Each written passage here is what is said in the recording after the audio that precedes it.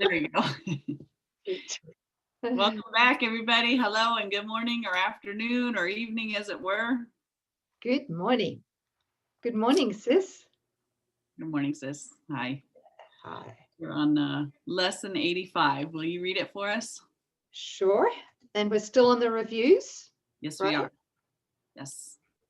Lesson 85 is today's review will cover these ideas. The first one is 69. My grievances hide the light of the world in me. What? Wow, yeah. Have you ever heard of that before? Well, My grievances hide the light of the world in me. Did you want to say something? yeah, because my sentence says, my grievances show me what is not there and hide from me what I would see. Right. If you go back, there's a header. Oh. What have you been smoking or drinking? This tea is really strong.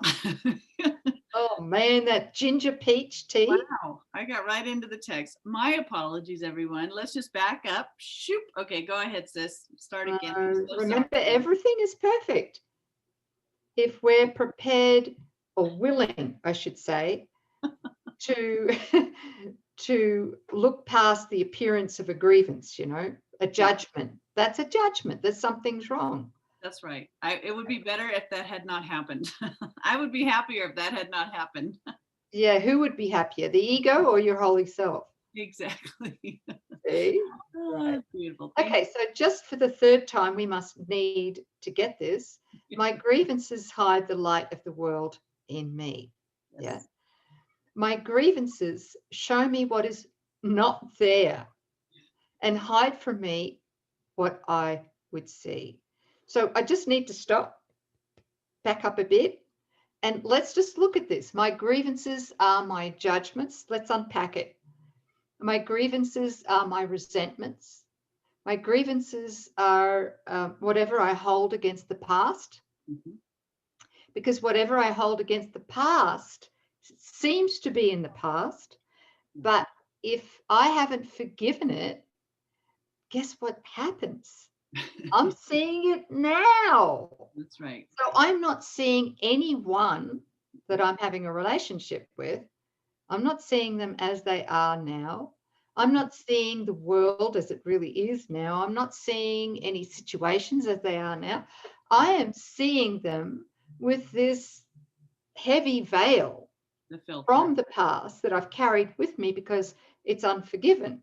So I'm seeing them all through the past, right? And it's the ego's past.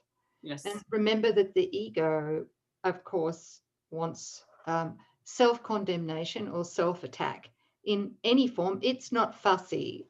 It just wants to crucify us, all right? You've got to laugh, right, sis? Yes. Okay.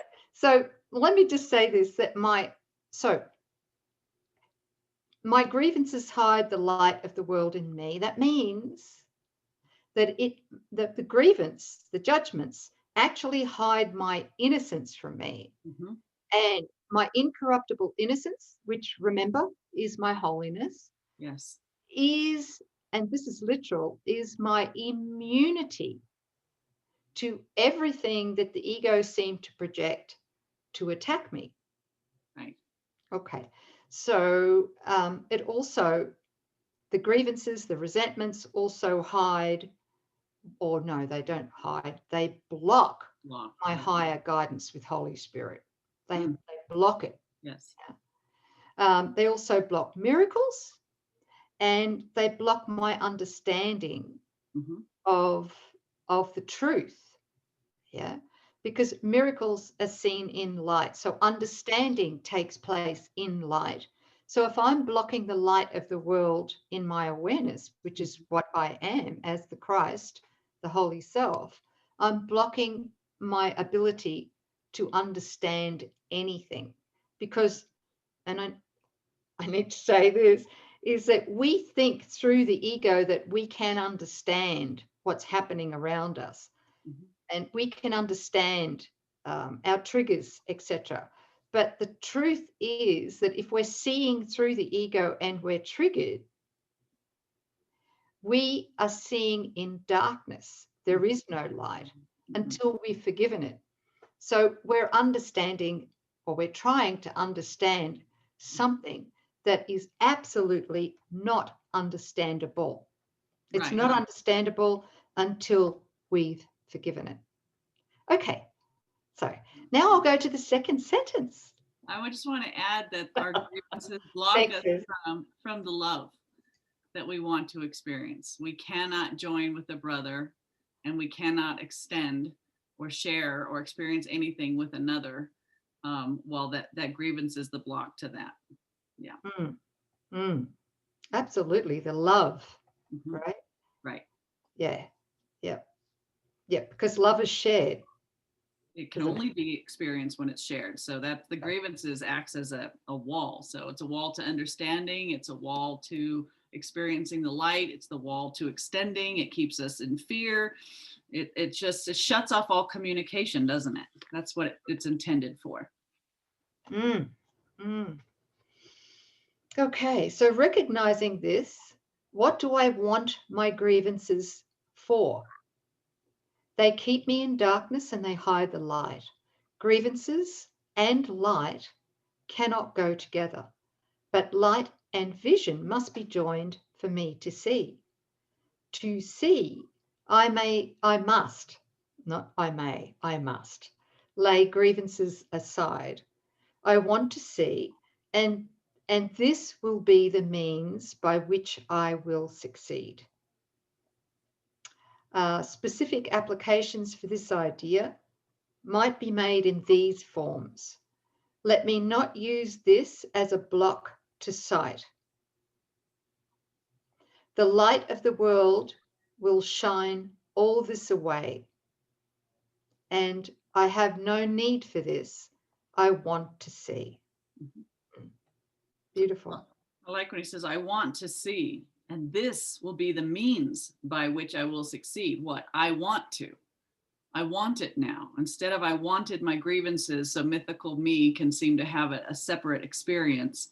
Now I really want to see. I want to drop all the grievances. I'm not going to go into down the rabbit hole or fuel or feed any false images or stories and witness to what isn't there. I'm just now recognizing they're all the same. They're all grievances, and they block my ability to know with a capital K, or to will with God. Yeah. So now we've made a new choice. Our desire determines our experience. So as we want to see it, we'll be assured of success. That's a really good point, sis, because I don't think when we're, especially if we're newbies with the course, or we've kind of absorbed it mainly intellectually and haven't really experienced the undoing of the ego thought system. But what we're going to do is we're going to forget that if we're suffering in any way, shape, or form, or being unfairly treated by somebody else or something, or disease or whatever, that we've actually chosen that through the ego, right? Yeah. And that we can choose again through forgiveness. Right. So thank you for that. Sure. Then comes the next piece, which is, it's still lesson 85. And the second part is 70, is my salvation comes from me. Today I will recognize where my salvation is. It is in me because its source is there. It has not left its source, and so it cannot have left my mind. I will not look for it outside myself. It is not found outside and then brought in. But from within me, it will reach beyond, and everything I see will but reflect the light that shines in me and in itself. Beautiful. So it's not outside of us, right? It's not in a new car or new clothes or... Yeah, a really big one, I think, is when we place our salvation in another.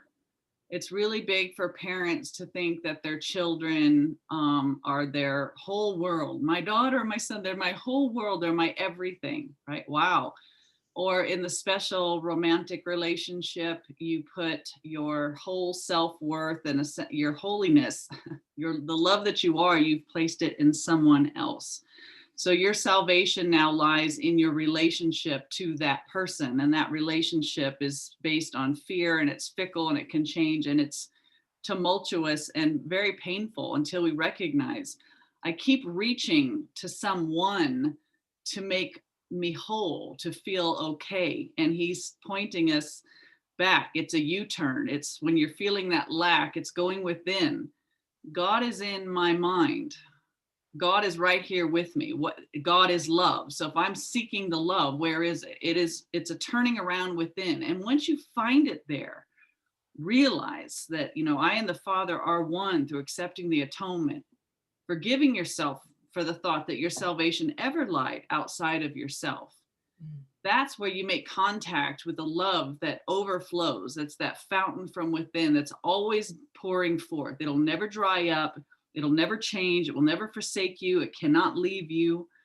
And from that rich overflow, then you just extend liberally to everybody that you come into contact with. And that's, I love you, and I love you, and you love your children, and you love those in your relationship, but you don't idolize them.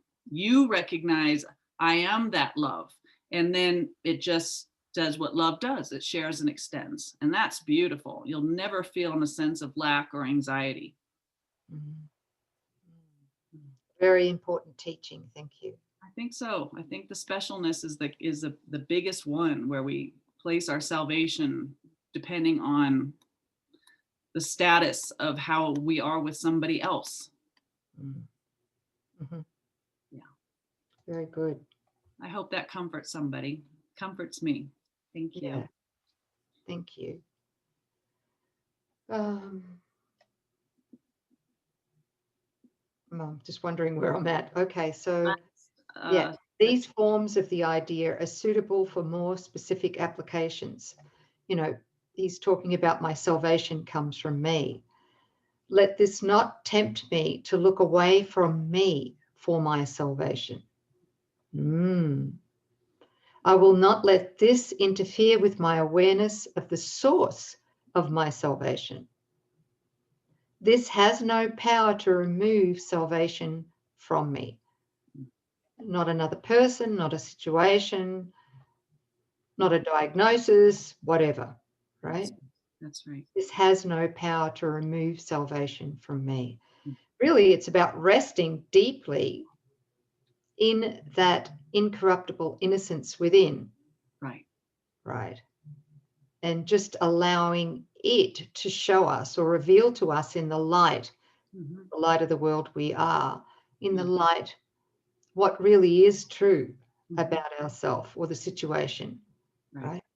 Yeah. Yeah. It's in that innocence, feeling the innocence and love, where our mind is restored, that the kingdom of heaven is within us, not the body, but what we are. We have full access. We've been given, we are the kingdom of heaven.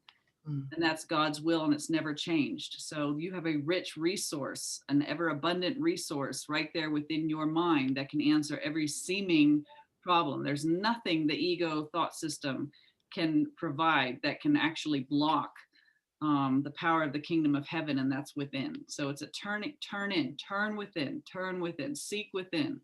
The kingdom of heaven is here, but it's within you. That's what Jesus says in the Bible. It's not over here, it's not over there, it's within you. And here he is 2,000 years ago telling us this again. He really means it. We're getting it, Jesus. We really are. Thank you, everybody. Thanks, sis. That's beautiful lessons. Yeah. Thank you. Good reminders. Okay, we'll see you next time.